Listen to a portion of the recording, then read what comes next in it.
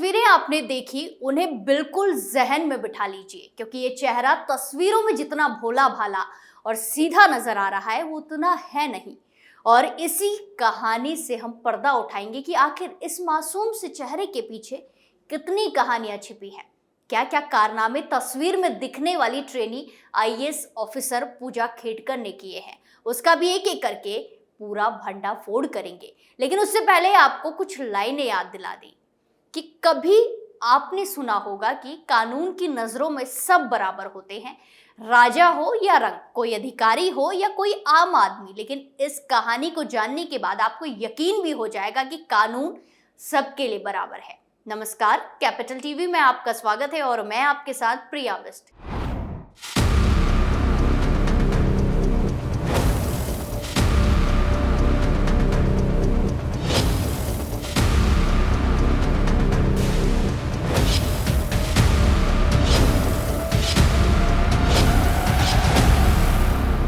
इन तस्वीरों में दो चेहरे आपको नजर आ रहे होंगे। दोनों की कहानी अलग है, लेकिन रिश्ता है माँ बेटी का। दोनों की कहानियों से आपको रूबरू करवाएंगे।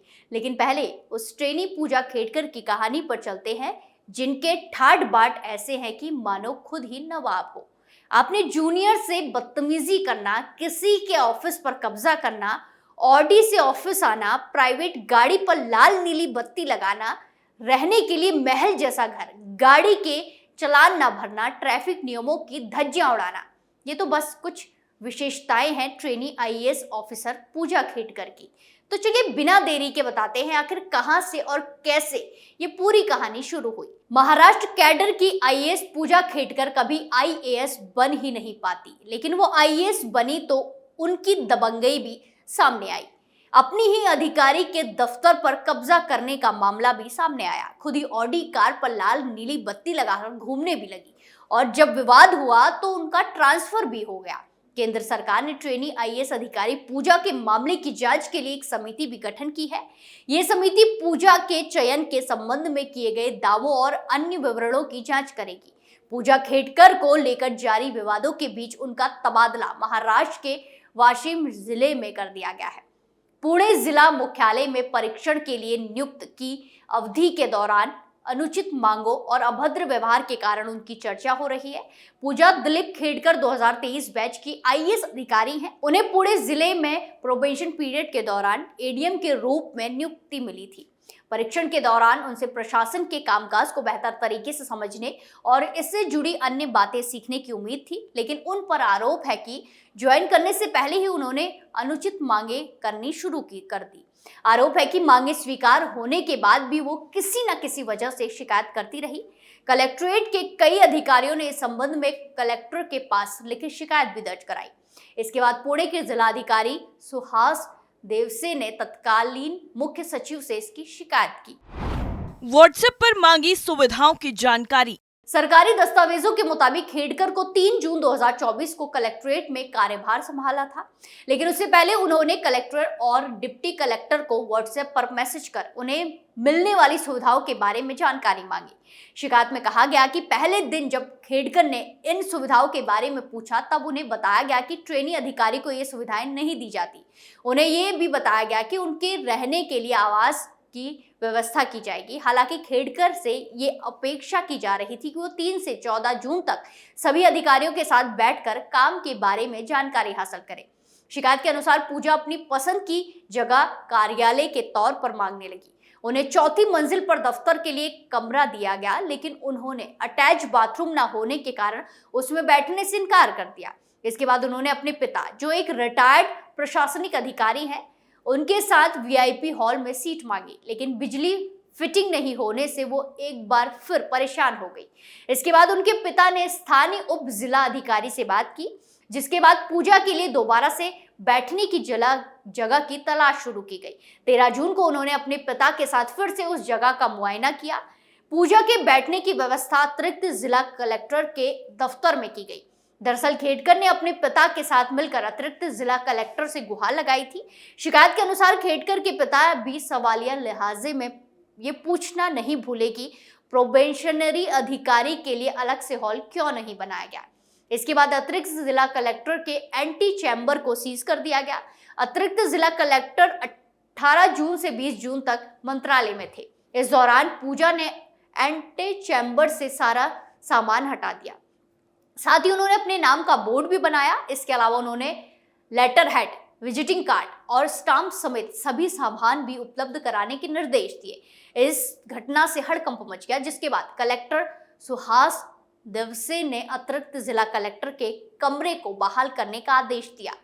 शिकायत में कहा गया कि खेडकर ने सीधे कलेक्टर को संदेश भेजा कि अगर आप मुझे इस कमरे से निकाल देंगे तो ये मेरा बहुत बड़ा अपमान होगा और मैं इसे सहन नहीं कर पाऊंगी।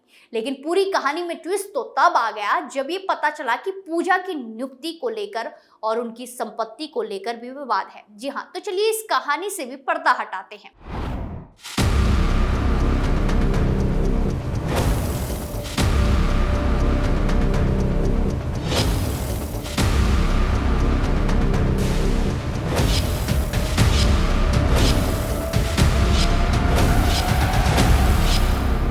साल 2022 में जब यूपीएससी की परीक्षा हुई थी तो पूजा खेडकर ने भी वो परीक्षा पास की थी।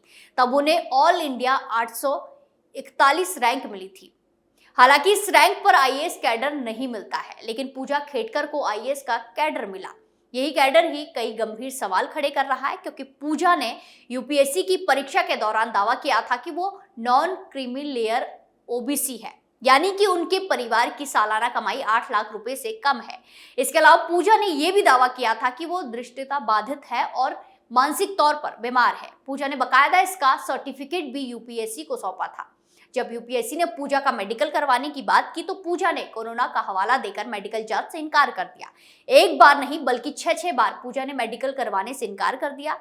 आखिरकार उन्होंने एक एमआरआई रिपोर्ट यूपीएससी को सौंपी, जिसमें उनकी आंखों की रोशनी जाने का जिक्र था। यूपीएससी ने सवाल खड़े किए। पूजा खेडकर के चयन को केंद्रीय प्रशासनिक न्यायाधिकरण यानी कैंट में चुनौती भी दी। कैंट ने पूजा के खिलाफ रिपोर्ट भी दी, लेकिन पता नहीं क्या हुआ कि कुछ ही दिनों में मामला रफा दफा हो गया।